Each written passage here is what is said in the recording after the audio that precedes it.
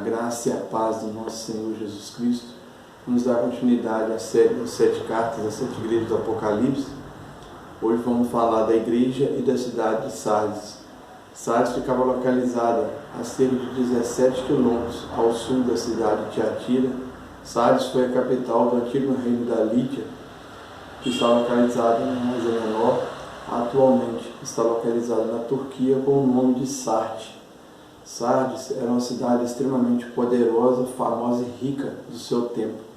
A sua riqueza vinha devido à abundância de ouro daquela região, da sua localização geográfica e também da sua terra fértil. Sardes era cercada por grandes penhascos de seus 3 lados e havia apenas uma entrada na cidade, o que fazia ser uma cidade com defesas naturais muito grandes, e com isso os moradores de Sardes se sentiam invencíveis e inabaláveis devido a essa fortaleza natural que estava em volta da cidade, e ficava mais fácil vigiar a entrada da cidade. Alguns historiadores atribuem aos lídios a invenção da moeda. O último rei de Sardes foi Creso, e em 546, durante o reinado de Ciro o Grande, a cidade foi conquistada. E como Ciro conquistou essa cidade? Ele cercou a cidade durante 14 dias e, aproveitando que os sentinelas que estavam de guardas na entrada da cidade dormiram, ele pegou e invadiu a cidade. E em 218 a.C., Antíoco Epifânio conquistou a cidade da mesma forma que Ciro havia conquistado. Em Sardes havia uma importante colônia judaica naquela época.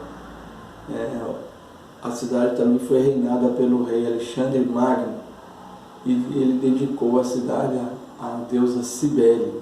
E os habitantes daquela cidade acreditavam que essa deusa tinha o poder de dar vida aos mortos. No ano 17 depois de Cristo, a cidade foi parcialmente destruída por um terremoto e reconstruída pelo imperador Tibério. Devido à cidade ter sido invadida pelos persas, depois por Antíoco Epifânio e reinada por Alexandre Magno, a cidade se tornou extremamente idólatra e também dedicada à deusa Cibele. E Jesus menciona na carta dele, na crítica que ele tinha sobre essa cidade. Vamos ver o que ele diz. Em Apocalipse 3:1 está escrito assim: ao anjo da igreja em Sardes escreva: essas são as palavras daquele que tem os 7 Espíritos de Deus e as 7 estrelas. Conheço as suas obras. Você tem fama de estar vivo, mas está morto.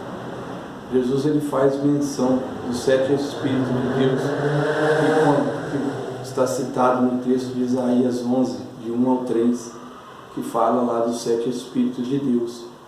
Por isso que o número 7 na Bíblia é um número de perfeição divina. Deus criou o mundo em 7 dias, tem as 7 cartas das 7 igrejas, tem as 7 trombetas, tem as 7 taças. Então o número 7 se totaliza a perfeição divina na Bíblia. A igreja de Sardes era uma igreja que não estava sofrendo com perseguição, com falsas doutrinas. Então era uma igreja que tinha tudo para dar certo. Mas os habitantes estavam mais preocupados em agradar a si mesmo do que agradar a Deus. Eles tinham fama naquela região de ser uma igreja viva, mas estava morta perante a Deus. Ela adquiriu muita reputação naquela cidade, mas não condizia com a palavra que Deus queria que eles pregassem.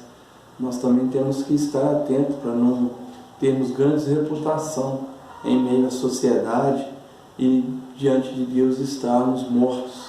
Então temos que estar atentos àquilo que Deus pretende de cada um de nós, aquilo que Deus tem um propósito para nossas vidas, aquilo que Ele quer que nós façamos.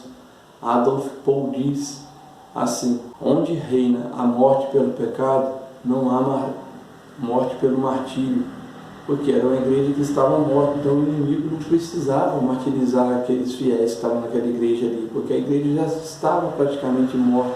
Por que tantos evangélicos sofrem tanta perseguição, ou pessoas que são dedicadas a pregar o evangelho sofrem tanta perseguição? Porque o inimigo não quer que elas tenham vida. O inimigo quer vê-las mortas. E o salário do pecado é a morte. Por isso que naquela igreja não tinha martírio, porque eles já estavam mortos diante de Deus. E em Apocalipse 3:2 diz assim: estejam atentos, fortaleçam o que estava para morrer, pois não achei obras perfeitas aos olhos de Deus. Jesus aqui mais uma vez fala que ele estava olhando para aquela igreja, ele estava vendo que a igreja estava morta, mas ele estava chamando aquela igreja para a atenção, para eles voltarem, para eles verem que a obra deles estavam levando ele à morte. Jesus pede para a igreja se fortalecer. Se fortalecer em quê? Se fortalecer nele, buscar ele. Os crentes daquela época, eles estavam fazendo a obra, mas estavam preocupados se os nomes deles estavam escritos no hall daquela igreja, mas não estavam sendo escritos no livro da vida. Então temos que também não estar preocupados se o nosso nome está escrito no hall da igreja. Também está escrito no hall da igreja, mas principalmente no livro da vida, que é aquilo que nós vamos receber no final de nossas vidas. Se eles faziam as obras e os homens daquela época não reconhecessem aquelas obras, eles achavam que era uma obra ruim, porque, como eu disse antes, eles estavam preocupados em agradar as pessoas e não agradar a Deus. Então temos que estar atentos para não ficar agradando tantos homens e deixando de agradar a Deus, de fazer aquilo que os olhos de Deus desaprovam. Não se ficar preocupando com os holofotes da igreja, mas sim com a atenção de Deus, pregando para aquilo que Deus nos chamou, aquilo que Deus tem para nossas vidas. Está preocupado com isso, pregar o verdadeiro evangelho de Deus, pregar o reino de Deus, que é aquilo que Jesus nos mandou fazer. Em Apocalipse 3:3 diz assim: lembre-se, portanto, de você recebeu e ouviu, obedeça e arrependa-se. Mas se você não estiver atento, virei como um ladrão e você não saberá que hora virei contra você. O que eles ouviram é a mesma coisa que estamos ouvindo hoje, a palavra de Deus. Eles tinham ouvido, teve pessoas naquela cidade pregando o evangelho de Jesus. Por isso que Jesus fala aqui: lembre-se do que vocês receberam e ouviram, que foi a palavra de Deus. E Deus tem falado tanto hoje em nossas vidas, através de pregadores, através de alguns louvores, através de palavras, gestos, e não estamos às vezes ignorando essa atenção que temos que dar a essa palavra. Estamos ignorando a voz do Senhor. Os crentes de Sardes também sabiam muito bem que a expressão que Jesus usou, que se não estiver atento, virei como um ladrão. Porque Jesus mencionou isso, que a cidade, como eu disse, era fortificada pelos penhascos, então só havia uma entrada, e a cidade foi conquistada pela distração daqueles homens. Aqueles homens que estavam ali para vigiar a entrada da cidade, eles dormiram. E por isso que Jesus chama, temos que estar vigiando, tem que estar vigilante no Senhor, através de oração, através de jejum, através de uma busca íntima com Deus. Isso nos faz ser vigilantes, né? Porque se não estivermos vigilantes, o ladrão, ele vem e invade o nosso coração, porque o nosso inimigo, ele não dorme, ele fica rugindo como um leão, doido para tragar aqueles que estão ali sem vigilância, que estão querendo, não estão condizendo com Deus. Os crentes de Sardes, eles pagavam dízimo, eles oravam, só que eles estavam fazendo isso para a sua própria reputação dentro das igrejas ali, diante dos homens, e não diante de Deus. Então Jesus nos chama a estar vigilantes diante de todas essas aflições que estamos passando, diante de tudo isso que estamos vivendo. Jesus nos chama para estar vigilantes, porque não sabemos o dia nem a hora que Jesus está vindo, e que Ele vai voltar. Ele está dando sinais, e é necessário que estejamos vigilantes, e não só temos a oportunidade de buscar a Jesus e a Deus nessa vida. Depois que ela acabar, não tem como mais achar a Deus. Ele pede para procurar Ele enquanto se pode se achar. Se Ele disse isso, que não podemos achar Ele depois que nós partimos dessa terra. E em Apocalipse 3:4 ele diz assim: no entanto, você tem aí em Sardes uns poucos que não se contaminaram as suas vestes. Eles andarão comigo, vestidos de branco, pois são dignos. No meio de uma igreja quase morta, Jesus encontrou alguns fiéis que permaneciam na palavra dele.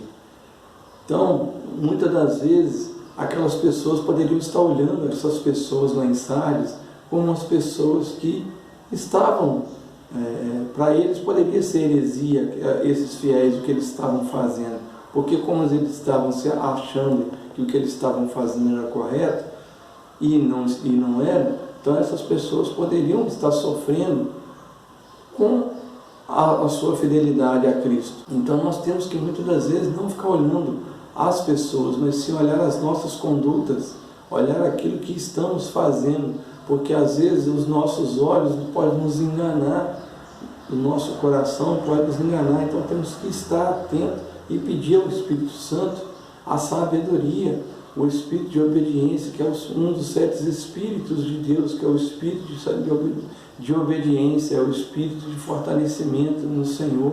Isso é necessário para que não ficamos olhando aquilo que as pessoas estão fazendo e julgando por nós mesmos. Às vezes a gente pode estar achando que a obra daquela pessoa não é boa, mas aos olhos de Deus ela é, e a nossa acaba não sendo boa como aquelas pessoas. Então nós temos que estar de olho, muitas das vezes é necessário renunciarmos às nossas próprias vontades e olhar a vontade de Deus e fazer aquilo que Deus nos chamou realmente para fazer, que é estarmos pregando o verdadeiro Evangelho do Senhor. Aquela igreja não estava pregando o verdadeiro Evangelho, então temos que estar atentos para não estarmos cometendo os mesmos erros que aquela igreja, e para também recebermos essas vestes brancas.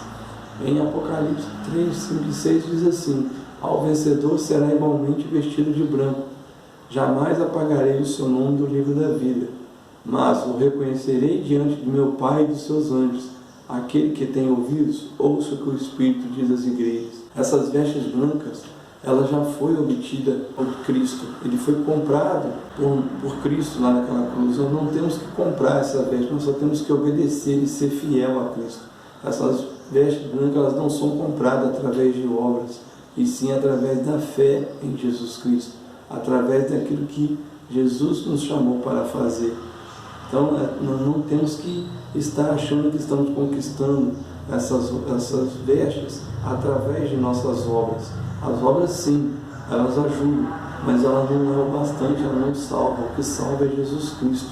Ele que nos vai dar a vida, Ele que nos dará essa veste branca, Ele que testemunhará diante de Deus ao nosso favor. Também temos nesse texto que ele nos dá a menção de que o julgamento ele é individual. Se você chegar diante de Deus e não tiver conquistado essa veste branca, não tem como mais conquistar. E mais uma vez Jesus diz aqui no final da carta que aqueles que têm ouvido, ouçam o que o Espírito diz às igrejas.